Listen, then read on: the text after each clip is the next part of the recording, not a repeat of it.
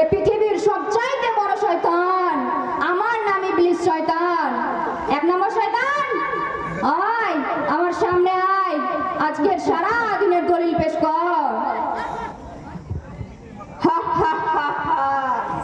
হুজুর, জানেন আমি আজকে কি কাজ করেছি? শুনলে তো আপনি পুরো অবাক হয়ে যাবেন। কি কাজ বল? আজকে আমি শাস্ত্রীর সঙ্গে বৌমার যুদ্ধ লাগিয়ে দিয়েছি। তারপর বৌমা শাস্ত্রীকে এক কিল মেরে দিয়েছে। তারপর শাস্ত্রী রেগে গিয়ে বৌমার চুলের মুঠি ধরে নিয়েছে। হুজুর, হা হা হা, কি মজা কি মজা। তো খুব একটা ভালো কাজ হয়নি। এই নে তোর পুরস্কার, যা আমার চোখের সামনে থেকে দূর হয়ে যা। হা হা হা হা। দু নম্বর শয়তান, আয় আমার সামনে আয়, আজকের সারা দিনের দলিল পেশ কর।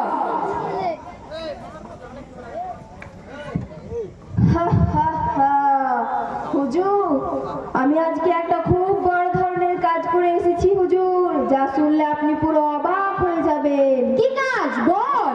জানেন হুজুর, আমি আজকে ভাইয়ে ভাইয়ে ঝামেলা লাগিয়ে দিয়েছি। তারপর কি হয়েছে জানেন হুজুর? তারপর ছোট ভাই বড় ভাইয়ের গলা হেসে দিয়ে কেটে দিয়েছে হুজুর। হা হা হা, কি মজা কি মজা। তোরও খুব একটা ভালো কাজ হয়নি। এই নে তোর পুরস্কার, যা আমার চোখের সামনে থেকে দূর হয়ে যা। হা হা হা। তিন নম্বর শয়তান, আয় আমার সামনে আয়, আজকের সারা দিনের দলিল পেশ কর। হা হা হা। হুজুর, আমি আজকে একটা খুব বড় ধরনের কাজ করে এসেছি, যেটা আপনি শুনলে পুরো অবাক হয়ে যাবেন। কি কাজ বল?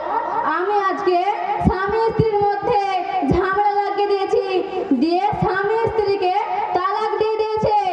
আর স্বামী স্ত্রী যদি তালাক দেয় তাহলে আল্লাহর আরশ কেঁপে ওঠে, আর আমাদের শয়তানদের রাজত্ব খুব খুশি হয় হুজুর। হা হা হা, কি মজা কি মজা। তোরও খুব একটা ভালো কাজ হয়নি। এই নে তোর পুরস্কার, নে আমার চোখের সামনে থেকে দূর হয়ে যা। হা হা হা। চার নম্বর শয়তান, আয় তুই আমার সামনে আয়, আজকের সারা দিনের দলিল পেশ কর। হা হা হা।